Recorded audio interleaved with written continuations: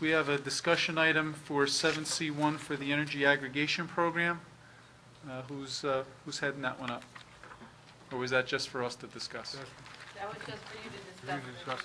Okay, so why don't Mr. Sivia, why don't you just give us an update of some of the items that have come up in the past couple of weeks? Well, I think this is more for, the contract expires in December, so at some point you're going to need to make a decision as to whether or not you want to go back out to bid. Well, let's have all of it though. So, because there was a change, right? There was a change. Triangle lowered their rates to the lowest tier for the JCP&L customers that were below the usage of 600 watts, or whatever the proper phrase is. So Triangle just lowered it for everybody that was in the program, whether or not they were using above or below 600. How much are they paying now? Do you know the number? What percentage they're paying underneath the JCP&L users at this time? I don't. Can I please have that for the next meeting? Somebody please give me those figures. I could email it to you. I'd like them in public for the next meeting. Okay, I'm sure it's on there. But, okay, here's where So because they lower the rates, anytime there's a change in the rate, for anybody that's on the budget plan, Well, hold on, that's what I'm getting at. So this change didn't affect everybody. no. Okay. It didn't affect everybody except that it lowered their rates.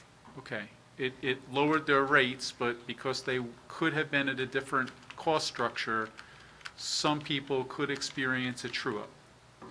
If they were on a budget plan. Okay. Only those people that were on a budget plan will be required to reconcile any outstanding fees that there may be. And it might be that there's a credit. So there may not be anything owed. It's just that once that the triggering mechanism to reconcile any fees that might be owed is that change in the rate.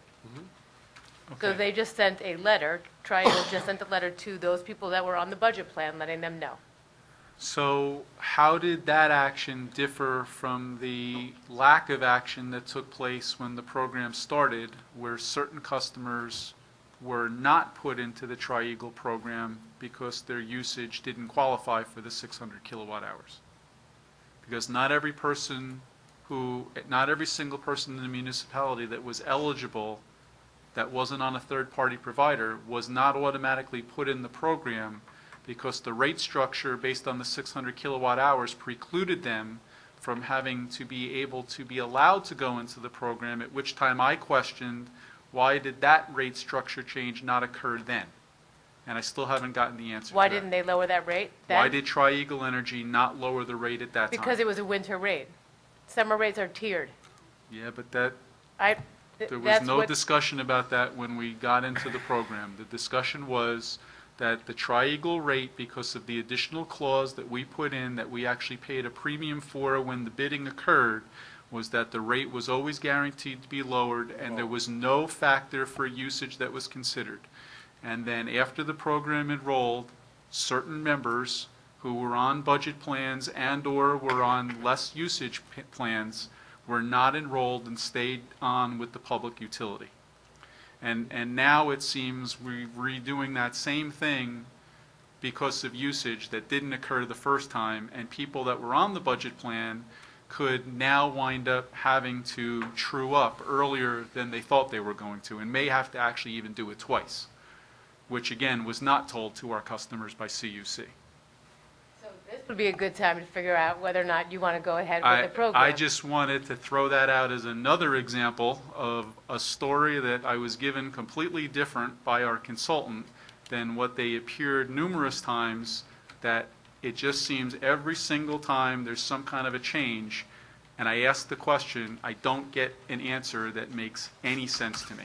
So I don't ever do this, but I will be the first one to say I am no longer interested in doing this program with this vendor on a renewal basis. If somebody else can come in and we can bid that with another vendor who may be interested, I'd be willing to listen to them. Another energy aggregator? Another energy aggregation consultant, but I have no interest in getting engaged with this program again with this current vendor. Well, then you could, then I would say that you can make that decision once the contract with Tri-Eagle expires, Okay.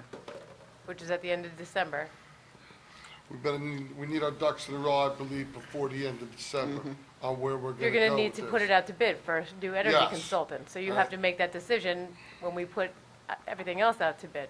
I think the idea was RFP a it. great idea, and I think the governing body doing that on behalf of the residents, I think was worthy. I stood by that decision, even though there was some chaos early on, which was fine. It was new, first time it was done, I get that.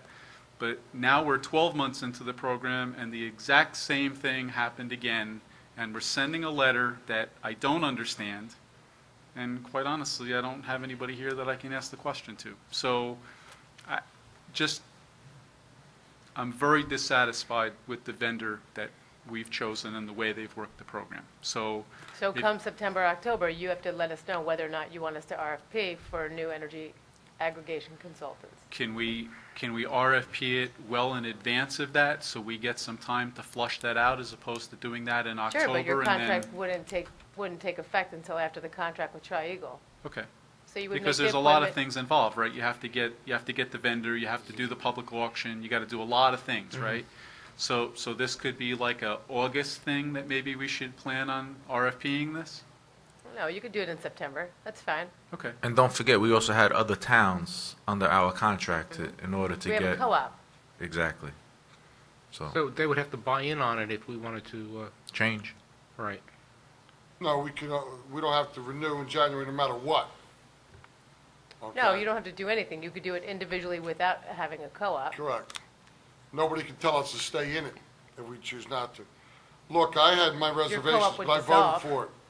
But the Me road too. to hell was paved with good intentions. All right, let's cut to the chase at the end of the day. All right? I'm a customer. I'm saving money. I'm So happy. am I. And I'm on the budget plan too, and, under the mayor's scenario, is there any estimation about how many, users are affected by that? I don't recall, but there, I mean, I don't remember what she told me. Any idea? I don't, no, I mean, is it a significant portion of the user No. base? no. So it's relatively a small minority? I mean, I would say that a majority of the people aren't on a budget plan, Right, generally. Really? yeah. You want me to find out? No, I just, I'll ask. I'm yeah. surprised. Well, they should know, because they know how many letters they're going to send, right? Yeah, Well, Tri-Eagle sends them out. I don't know if, we'll find out from them. You know, I just don't think it worked out exactly how we were told it would. No, it certainly didn't. You know, Several and things that's came all. up. I'm not saying some people didn't save money. Yeah. Me personally, some of the questions I had at first made it so that I'm not in the plan. Because I already had an outside provider and would've got hit for like $700-800 in penalties if I had left. I think that conceptually it's a great idea. I think we were one of the first towns to undertake the whole dynamic. I mean, we have a co-op, and we have 3 other towns. I think it's Point Pleasant and Farmingdale, and I don't know how many other towns did it, but we were definitely one of the first. Well, I was very surprised because we only went along with it just to see how it worked so I could deal with everybody else's problems and concerns when they brought them to me. But we end up saving money, much to my surprise. Well, the net result is you did end up saving money. The Yes. problem is that it's a convoluted, I mean, everything is contingent upon the rates at this time, and if Right. you're below or above this, or, you know, there were a lot of variables that I don't think anybody planned for or that we were told about, and I think it sort of happened at the end. And we wouldn't have understood if they explained them all You- to us. Let's it- cut to the chase. We're not How many in times- that line of work. Right. And it's new. It's all new. Right. All of the laws are new, everything is new. So I think at the end of the day, if you could say you saved your residents money, that's a good thing. Have we Whether or got not any, we go in a different direction with an energy aggregator, that's also a good thing. And I was really surprised that the people in the villages objected to it and opted out or went back and forth and almost opted out because the units are all electric. I would think they would that'd be the type of situation where they'd save money. you would think? Well, Sister Barbara Dixon couldn't wrap her arms around it. McKenna, Well, in any event- McKenna, did we get any feedback from any of the other co-op members? Not a word, Not a peep. nothing. So what would that Crickets. indicate? Welcome to Howell. Crickets, huh? Yes, yeah, that's us. Well, But at the end of the day, there are several other energy aggregation consultants out there now. There were maybe not that many that were submitting RFPs at the time we were doing this. So you have a bigger pool of applicants. Yeah, something with Scanlon had mentioned that there were some other ways to do it also. I'm not, It was the reverse electronic yes, the way it was bid. platform, yeah. Um, Which, you could do it that way or the other way. It was sort of Hmm? designed. listen, like I said, I'm glad people save money. It was a tremendous pain and effort when Yeah. the program started, between the thousands of emails and phone calls and the 10 or 15 meetings we had to go to because people thought they were told this, but the reality was that. If I can put $20 back into somebody's pocket, I'll do all of that a second time. It's the stuff like now is what I find very aggravating. For something that I asked 12 months ago, I was told, no, here's the reason why, and bang, here it is again. That just, I got no time and effort to deal with that. I'll make all the time and the effort in the world to deal with the residents who have questions and address their concerns. I shouldn't have to be asking these questions back to appointed professionals who should know what they're doing.